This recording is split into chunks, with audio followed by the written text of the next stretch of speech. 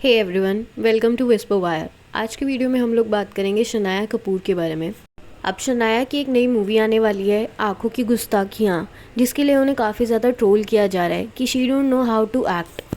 तो ऐसे में लोगों ने ये बोलना शुरू कर दिया है कि मम्मा महीप कपूर की इतने ज़्यादा एफर्ट्स और अप्रोचेस के बाद भी शनाया का करियर सेट ही नहीं हो सकता, क्योंकि मूवी के प्रमोशंस के लिए शनाया ने जितने भी इंटरव्यूज़ दिए हैं विक्रांत के साथ, उसमें वो जिस तरीके की अपनी जर्नी और स्ट्रगल्स बता रही हैं, लोगों को उस तरीके की जर्नी और स्ट्रगल्स कभी दिखे ही नहीं है शनाया के। तो ऐसे में लोग ये बोल रहे हैं कि आप किस एक्टर के सामने अपने स्ट्रगल्स का रोना रो रहे हो, जिस एक्टर को 15 साल लग गए अपना करियर बनाने में। तो शनाया कपूर 25 ईयर्स ओल्ड की है। बॉलीवुड कपल संजय कपूर और महीप कपूर की बेटी हैं, लेकिन फिर भी इनका जो लॉन्च है बाकी के कितने ही स्टार किड्स हैं उन सबसे लेट हुआ है, चाहे वो इब्राहिम अली खान हो, खुशी कपूर हो या फिर सुहाना ही क्यों नहीं हो। इन सबसे लेट इनका बॉलीवुड डेब्यू हुआ है। वो इसलिए क्योंकि मम्मा महीप कपूर ने जितने भी एफर्ट्स लगाए थे वो सब फेल हो गए। महीप कपूर ने एक OTT सीरीज़ की थी जिसका नाम था बॉलीवुड वाइफ्स, और उसमें जब भी उनकी वीडियोज़ दिखाई जाती थी वो शनाया के बारे में अक्सर बात किया करती थी। और उस सीरीज़ में एक प्रॉपर सीक्वेंस दिखाया गया था जहाँ पे शनाया एक डेब्यूटांट प्रॉम के लिए जाती है फॉरेन कंट्री में, और उस चीज़ को कोट ऐसे किया गया था कि इंडिया में सिर्फ शनाया को ये ऑफ़र मिला है। बेसिकली उस प्रॉम में वही लोग जाते हैं जिनको वहाँ से इन्विटेशन मिलता है। तो ऑब्वियसली ऐसे में अगर आपको इनविटेशन मिला है तो आपके कनेक्शंस रहे होंगे, आप रिच फैमिली से बिलोंग करते हैं, यानी कि आपने उस प्रॉम को फंडिंग दी होगी, इसीलिए आपको इनविटेशन मिला है। अब जो बॉलीवुड वाइफ्स शो था वो करण जौहर का ही था, तो महीप ने अप्रोच लगवाई करण जौहर को, और जो ट्रेटर्स शो था वो भी करण जौहर का था जिसमें महीप कपूर थी। तो ऑब्वियसली महीप के और करण के रिलेशंस काफ़ी अच्छे थे। तो इसी के चलते सबसे पहले शनाया कपूर का नाम अनाउंस किया गया था धर्मा कॉन स्टार एजेंसी के साथ।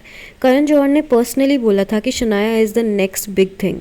उनका पहला प्रोजेक्ट होने वाला था बेधड़क, जिसमें उसके को स्टार्स थे गुरफतेह पिरज़ादा और लक्ष्य लालवानी। पोस्टर्स भी रिलीज़ हो गए थे, हाइप भी बन गया था। लेकिन फिल्म का क्या हुआ? फिल्म शेल्फ्ड, मतलब गोद में रखी गई लेकिन रिलीज़ नहीं हुई। अब पब्लिक परसेप्शन भी इम्पॉर्टेंट है। शनाया कपूर की इमेज है एक elite, rich, high fashion girl की, लेकिन मास ऑडियंस को चाहिए रिलेटेबल फेस जिससे वो कनेक्ट कर सकें। आलिया के अर्ली डेज जैसा या तृप्ति दिमरी जैसा शनाया अभी तक सिर्फ हाई एंड मैगजीन शूट्स और स्टार स्टडेड पार्टीज़ में ही दिखती है, जो उसे आउट ऑफ टच बना देता है। अब जब इस बीच शनाया को कोई काम नहीं मिल रहा था तो शनाया ने हाई फाई ब्रांड्स के साथ काफ़ी ज़्यादा काम किए हैं, जिन ब्रांड्स के साथ दूसरे नेपो किड्स को भी काम करने का मौका नहीं मिला, चाहे डियोर हो, शार्लेट टिलबरी हो या फिर और भी ऐसे कई कई ब्रांड्स क्यों ना हो।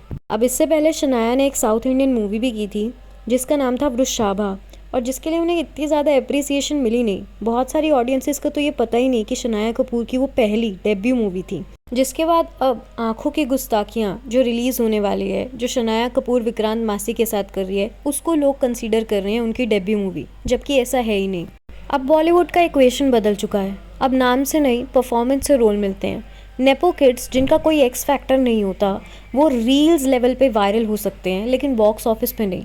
अनन्या पांडे, सुहाना खान और अभिमन्यु दासानी जैसे नए फेसेस को भी स्ट्रगल फेस करना पड़ रहा है। लेकिन फिलहाल अगर अभी की बात करें तो जो इंटरव्यूज़ विक्रांत के साथ शनाया के दिख रहे हैं, जहाँ पर विक्रांत एक्सट्रीमली प्रेज कर रहे हैं शनाया को, कुछ ऐसी चीज़ें बोल देते हैं जहाँ पर कि मैंने 21 साल में जो काम नहीं सीखा वो इन्होंने कुछ ही दिनों में सीख लिया, और भी बहुत सारी तारीफ़ करते हैं। जिसके बाद लोग अब ये बोल रहे हैं कि अगर PR को कुछ सिखाना ही था विक्रांत को तो कम से कम कुछ ऐसा सिखाते जो ऑडियंस को रिलेटेबल लगे उनकी इमेज के साथ, क्योंकि पिछले इतने सालों से विक्रांत का जो करियर रहा है, जिस तरीके के प्रोजेक्ट्स उन्होंने किए हैं, जिस तरीके का हार्डवर्क उन्होंने किया है, उनके वर्ड से बिल्कुल भी मैच नहीं करता जो वो शनाया के लिए यूज़ कर रहे थे। अब अगर PR वाला केस देखा ही जाए तो शनाया कपूर की PR ने भी कुछ कम काम तो किया नहीं है।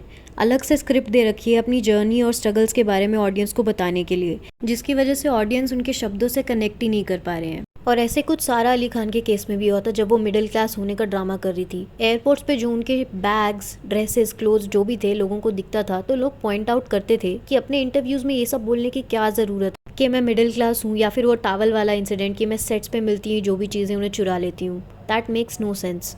अब ऐसा नहीं होता है कि ऑडियंस बिना मतलब के हर किसी को ट्रोल करती रहती है। बीच में शनाया कपूर की एक मूवी प्रोजेक्ट का अनाउंसमेंट आया था, तू या मैं, जो था तो बिल्कुल ही कुछ मिनट का, लेकिन उसमें जो इनकी लाइंस थी उसके लिए ऑडियंस ने उनको काफ़ी प्रेस भी किया था। और इसी थोड़े टाइम पहले जब शनाया कपूर की जो करण जौहर मूवी डायरेक्ट कर रहे थे वो शेल्व हो गई थी बेधड़क, तब उसी टाइम पे महीप कपूर बॉलीवुड वाइफ्स की एक वीडियो में ये भी बोलती है कि शनाया कपूर कितनी ज़्यादा डिप्रेस हो गई थी इस टाइम पे और उनके लिए इन सब चीज़ों से निकलना बहुत ज़्यादा मुश्किल था। तो ऐसे में उन्होंने काफ़ी अलग अलग डायरेक्टर्स को रीच आउट करने की कोशिश की थी और उसी वजह से उनको आज की डेट में 4 मूवी लॉन्चेस के लिए ऑलरेडी साइन किया जा चुका है और इतने बड़े बड़े ब्रांड्स के साथ काम कर रही हैं जो आउटसाइडर्स को मिलते ही नहीं है।